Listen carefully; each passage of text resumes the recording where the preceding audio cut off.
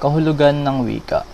So ayon kay Whitehead, isang edukador at pilosopong Ingles, ang wika ay kabuuan ng kaisipan ng lipunang lumika nito. Ibig ipahiwatig nito na ang wika ay salamin ng lahi. Ang wika ay ang mga simbolong salita ng mga kaisipan at saloobin. Ito ay isang behikulo o paraan ng paghahati ng ideya o palagay sa tulong ng mga salita na maaring pasalita o pasulat. Ayon naman kay Henry Gleason, ang wika ay isang masistemang balangkas na sinasalitang tunog na pinili at isinaayos sa parang arbitraryo upang magamit ng mga tao sa pakikipagtalastasan na nabibilang sa isang kultura. Ito rin ay kaluluwa ng bansa, pag-iisip ng isang bayan, kumakatawan sa isang malayang pagsasama-sama at sa pagkakaisa ng layunin at damdamin. Ito ay paghahatid ng kaisipan at damdamin sa pamamagitan ng mga salitang binibigkas. Ang wika ay isang pinomenong pumapaloob at umiiral sa loob ng lipunan at may angking kakayahang maka-impluwensya, magdikta, magturo, tumulong, kumontrol, manakot, pumatay, magpaligaya, at lumikha ng isang realidad sa kanyang espesipikong kakayahan. Ang wika ay maaaring humubog ng ating pananaw, pandaigdig. Kung titignan ang wika bilang isang ideolohiya, maaaring magkaroon ng iba't ibang pagpapakahulugan, pagtingin, pag-unawa at karanasan dahil may kanya-kanyang posisyon at papel ang individual sa lipunang kanyang ginagalawan at kinabibilangan. Ano nga ba ang katangian ng wika? May 10 katangian ng wika, kaya unahin natin ang wika ay masistemang balangkas. Ano nga ba ibig sabihin nito? Ang wikang ginagamit ng bawat tao sa daigdig ay sistematikong nakaayos sa isang tiyak na balangkas. Lahat ng wika ay nakaayon sa sistematikong ayos sa isang tiyak na balangkas.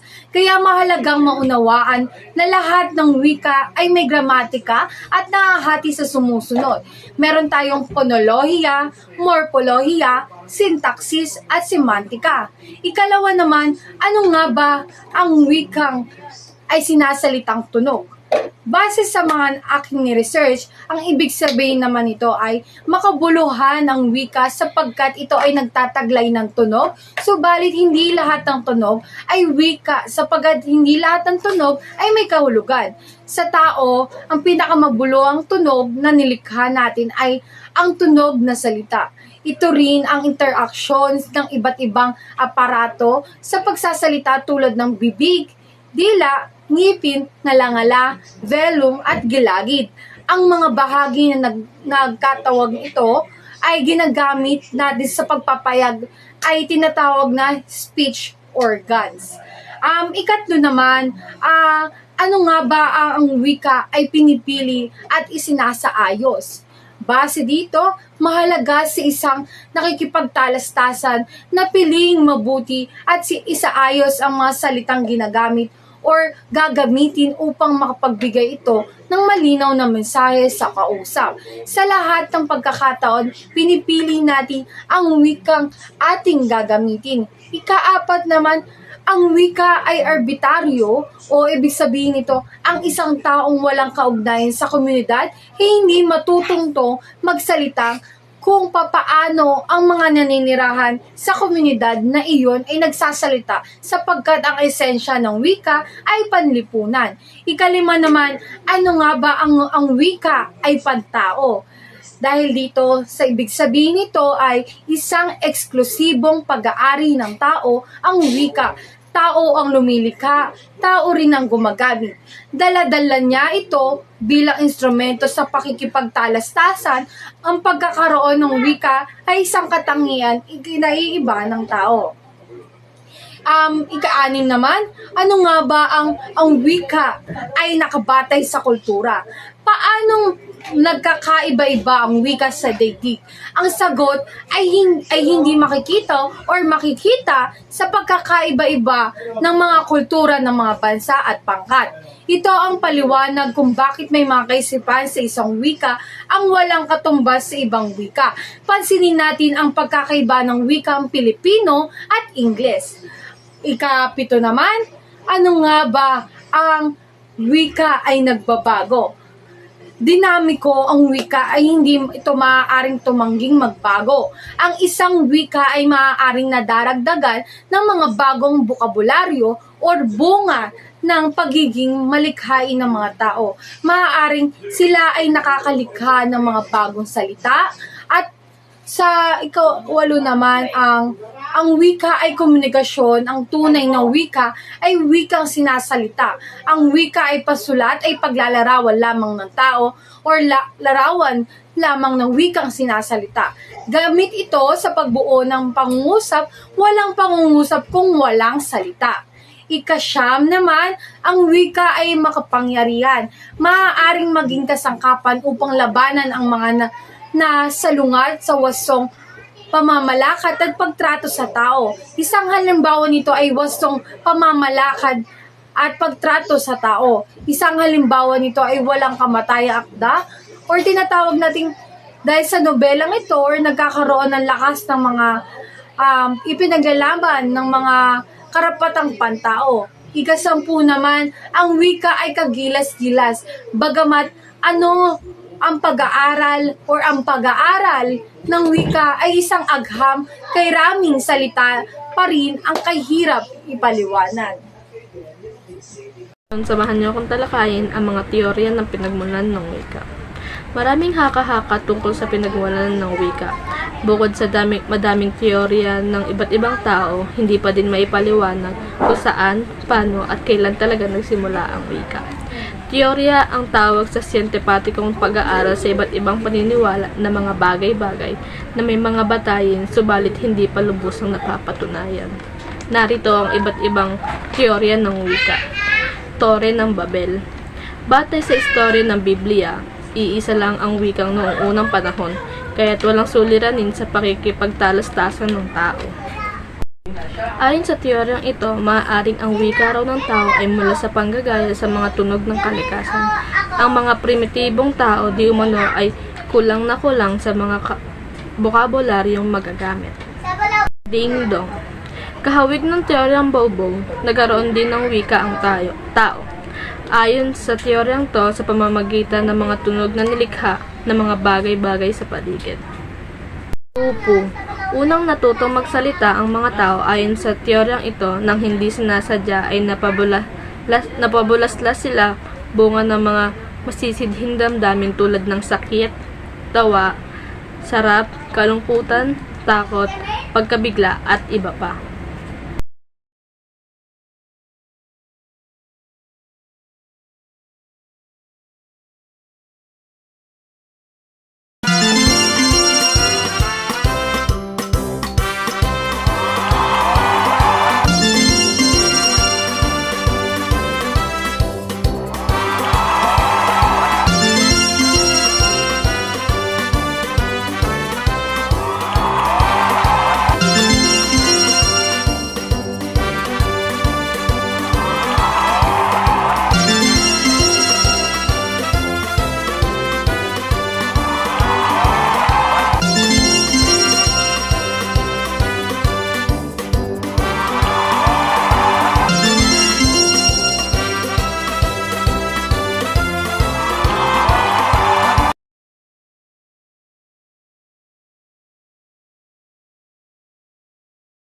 Ang wika ay may maraming kahalagahan sa ating lipunan. Narito ang ilan sa mga ito. Una, komunikasyon. Ang wika ay pangunahing paraan ng komunikasyon sa pagitan ng mga tao. Ito ang nagpapahayag ng mga ideya, damdamin at karanasan. Sa pamamagitan ng wika, ginagamit natin ito sa pakikipagkomunikasyon sa taong kausap natin. Dahil kung wala ang wika sa kultura o bansa, ay maaaring hindi magkaintindihan ang bawat isa. Mahalaga ang wika sa pakikipagkomunikasyon sa tao upang magkaintindihan. pagpapahayag ng identidad. Ang wika ay nagbibigay ng pagkakakilanlan sa isang kultura o bansa. Ito ay nagpapakita ng ating kasaysayan, kultura at pagkakakilanlan bilang mga individual at grupo. Mahalaga ang identidad dahil mahalagang malaman mo kung anong wika o kultura ang iyong ginagamit upang magkaintindihan o intindihin ang bawat isa. Dahil kung hindi mo alam ang identidad ng wika o kulturang meron ng isang taong kausap mo, maaari na hindi talaga kayo magkaintindihan. Pamamahayag ng kaalaman. Sa pamamagitan ng wika, naihahayag at naipapasa ang kaalaman mula sa henerasyon. Ito ang instrumento para sa edukasyon. Mahalaga talaga ang wika dahil isa na to sa kultura ng isang tao. Mahalagang ituro ito sa isang individual upang maipasa pa sa ibang henerasyon. Pakikipag-ugnayan. Nagbibigay daan ng wika para sa pakikipag-ugnayan at pagkakaunawaan sa iba't ibang tao at kultura na nagpapalawak ng ating pananaw. Pinapalawak ng wika ang ating kaalaman sa mga bagay na hindi pa natin pamilyar o hindi natin kabisado. Kaya ginagamit natin ang wika upang makipag-ugnayan sa taong may alam ng mga bagay na gusto nating malaman. Pagganap ng lipunan. Ang wika ay may mahalagang papel sa pagpapaganap ng lipunan. Ito ay ginagamit sa mga lehislاسyon, edukasyon, negosyasyon at iba pang aspeto ng buhay sa lipunan. Di ba totoo naman, ginagamit natin ang wika upang makipagkomunikasyon sa tao. Kaya napakahalaga ng wika sa tao dahil ginagamit natin ang wika upang respetuhin at galangin ang bawat isa. Pag-unlad. Ang wika ay nag-a-adapt at nagbabago sa paglipas ng panahon na nakakatulong sa pag-unlad at pagsasagawa ng mga bagong ideya at konsepto. Diba? Iba't ibang klase po kasi tayo ng wikang ginagamit. Depende na lang kung anong klaseng kultura ang meron ng isang taong kausap mo. Kaya umuunlad ang kultura ng bawat isa dahil nagkaroon na ng teknolohiya at mas pinapalawak pa nito ang ating pag-iisip upang makagawa ng mga makabagong idea. Sa pangkalahatan, ang wika ay nagbibigay daan sa mga taong magkaunawaan, makipag-ugnayan at magbahagi ng kanilang kaalaman at kultura. Kaya ito'y may napakahalagang bahagi ng ating buhay. Sa kabuuan, ang wika ay isang mahalagang bahagi ng ating buhay na nagbibigay daan sa ating makipag-ugnayan, magpahayag ng kultura at identidad, mag-aral at magtrabaho at makilahok sa lipunan at politika. Ito'y isang yaman na dapat nating alagaan at pahalagahan. Ngayon ay tatalakayin natin ang tungkulin ng wika. Ano nga ba ang gawain o tungkulin ng wika? Batid natin na ang wika ay napakahalaga sa ating lahat dahil ito ay ginagamit natin sa araw-araw na pakikipagkomunikasyon sa bawat isa. At dahil dito ay mas nauunawaan o naiintindihan natin ang nais ipabatid ng ating kausap. Talaga namang napakalaking gampanin sa ating mundo ang wika. Kaya sa anumang bagay o gawain, sa anumang lugar o pagkakataon, ang wika ay lagi nating ginagamit. Ito ay nagbibigay katuparan sa lahat ng ating pagkilos, kinokontrol nito ang ating pag-iisip, maging ang ating pag-uugali. Kaya naman ngayon atin nang alamin at tunghayan kung ano nga ba ang mga tungkulin ng wika. Ayon kay Michael A. Halliday, mayroong 7 tungkulin ng wika. Ang una ay instrumental, regulatory o regulatoryo, representasyonal, personal, heuristic, imahinatibo at interaksyonal. Una, ang wika ay isang instrumental dahil ito ay ginagamit ng tagapagsalita para mangyari o maganap ang mga bagay-bagay Pinababayaan ng wikang paggalawin o manipulate ng tagapagsalita ang kanyang kapaligiran. Maaaring humiling ang mga tao ng mga bagay na maging dahilan ng paggawa at pagkaganap ng mga bagay-bagay sa pamamagitan ng salita lamang. Isang magandang halimbawa nito ay yung pag-uutos. Hindi ba kapag tayo ay nag-uutos is gusto natin ay gawin kaagad ang ating inuutos na siyang dahilan ng paggawa o paggilos ng isang tao. At ang iba pang halimbawa nito ay yung pagmumungkahi at paghihikayat, pagbibigay panuto at pagpilit. Pangalawa ay regulatory o regulatoryo. Pag sinabi naman natin regulatoryo, ibig sabihin ito ay kumokontrol sa asal o gawain ng isang tao. Halimbawa na lamang nito yung pagbibigay ng panuto. Madalas diba na kapag sa ating mga guro, pag nagbibigay sila ng mga aktibidad o takdang alarin, ay nagbibigay sila ng panuto upang malaman natin kung ano ba ang dapat nating gawin. At meron ding iba't ibang uri ng pagbibigay ng direksyon. Maaring pagbibigay direksyon sa lokasyon at pagbibigay direksyon sa pagluluto at iba pa.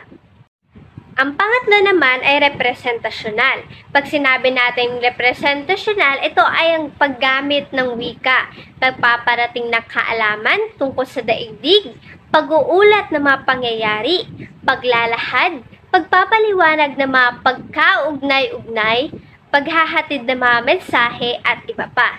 Isang halimbawa nito ay yung paggamit nating salitang, alam mo ba, may sasabihin ako sa iyo, ay naghuhudyat ng ganitong gamit ng wika. At ang mga iba pa ay ang halimbawa nito ay ang research paper at thesis. Ang pang-apat ay personal. Ang personal ay gamit ng wika para ipahayag ang mga katauhan ng isang tao.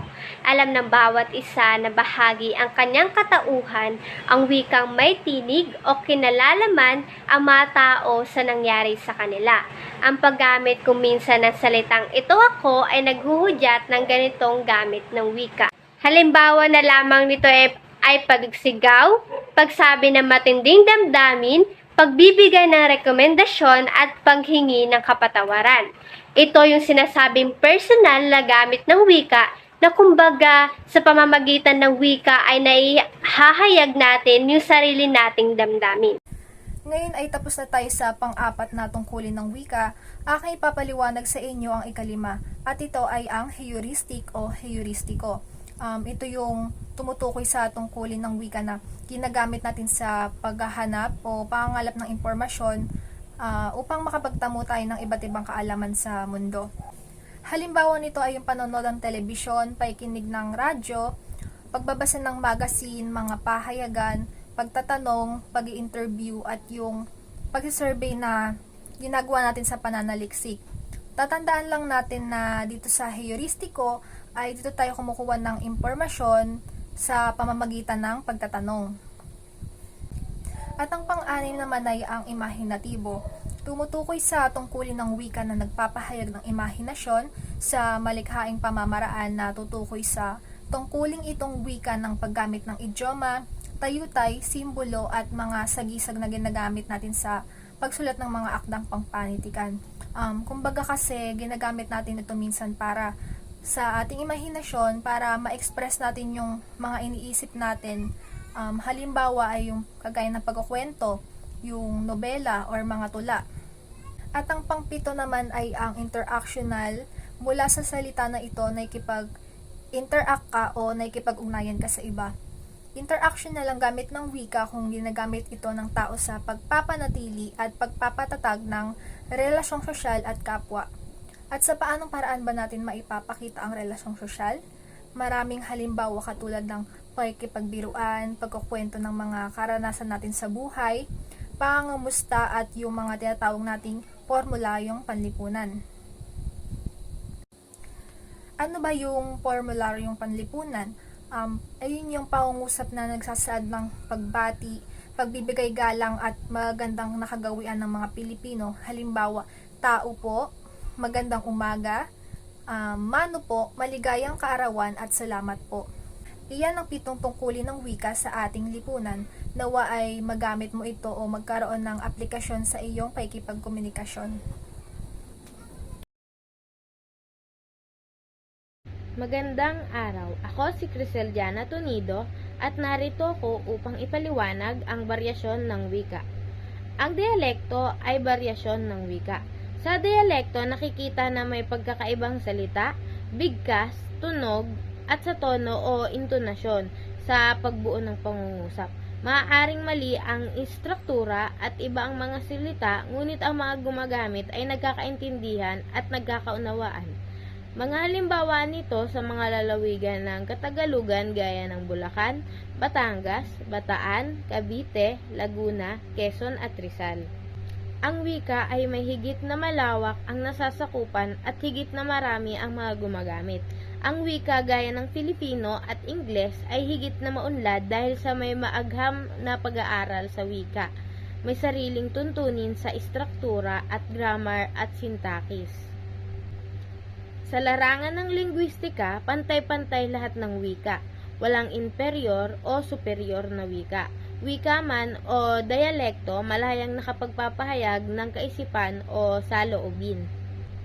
Nagkakaroon ng pagbabago ang wika batay sa iba't ibang sitwasyon gaya ng pook, antas ng buhay, propesyon o pinag-aralan at lipunang ginagalawan o kinabibilangan. Una, standard na dialekto.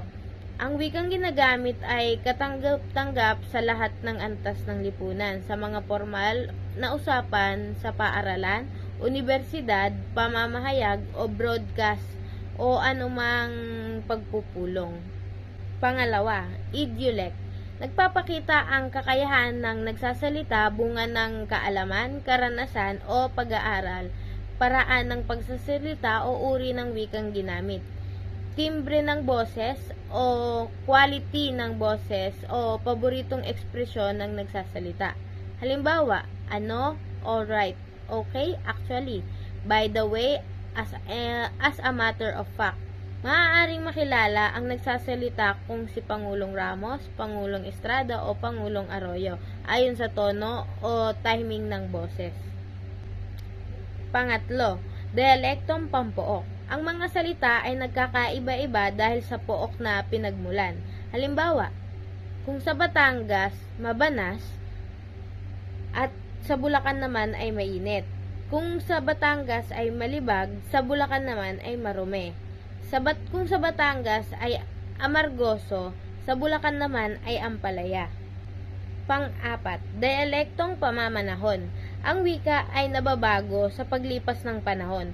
Ang mga panitika na naisulat sa panahon ni Balagtas, Rizal, Lope kay Santos ay naiiba sa kasalukuyang panahon. Maliban sa nabagong istruktura, maligoy ang mga pangungusap at ang may mga salitang hindi ginagamit sa pagsasalita o pagsulat. Halimbawa, pinipintuho, minamahal, kaisang dibdib, mag-asawa, marikit, maganda, iniirog o iniibig. Panglima, dialektong sosyal o panlipunan. Nakikita rito ang mga salita na ginagamit sa iba't ibang antas ng buhay. Halimbawa, may hika or asthma, may allergy, mahina ang isip o matalino, special child, sasakyan, wheels, tunog o musika, sounds. Ang pagkakaroon ng antas ng wika ay isa pang mahalagang katangian nito. Tulad ng tao, ang wika ay nahati rin sa iba't ibang kategorya ayon sa kataasan nito. Kung tutuusin, ang antas ng wika ay madalas ginagamit ng isang tao ay isang mabisa palatandaan kung anong uri ng tao siya at kung aling antas ng lipunan siya nabibilang. Nahati ang antas ng wika sa kategoryang formal at informal. Sa bawat kategoryang ito, napapaloob ang antas ng wika. Formal. Ito ang salitang standard dahil kinikilala, tinatanggap at ginagamit ng higit na nakararami, lalo na ng mga nakapag-aral ng wika. Ano nga ba ang kategorya ng wikang formal? Nandito ang salitang pambansa. Ito ang mga salitang karaniwang ginagamit sa mga aklang pangwika, pambalarila, sa lahat ng paaralan. Ito rin ang salitang kadalasang ginagamit ng pamahalaan at tinuturo sa mga paaralan. Pangalawa, pampanitikan o retorika. Ito naman ang mga salitang ginagamit ng mga manunulat sa kanilang mga akdang pampanitikan. Ito ang mga salitang pangkaraniwang matatayog, malalalim, makukulay, at masisinig. Ang di formal.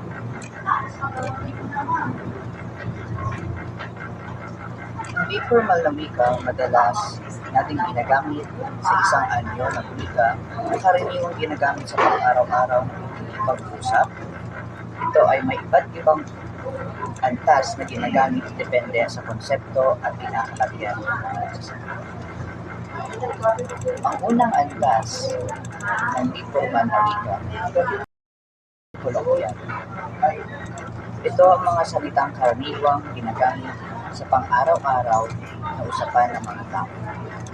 Ito ay kadalasang hindi formal at hindi kumikilala sa mga tuntunin ng formal na grammar at pagkakaroon ng salita. Ang halimbawa ng kolokyal na salita ay salamat na ginagamit bilang salamat po o salamat sa iyo. Ang pangalawang antas ay ang balbal. Ito ay mga salitang karaniwang ginagamit ng mga grupo o komunidad na mayroong sariling pagsasalita at pagkaunawa.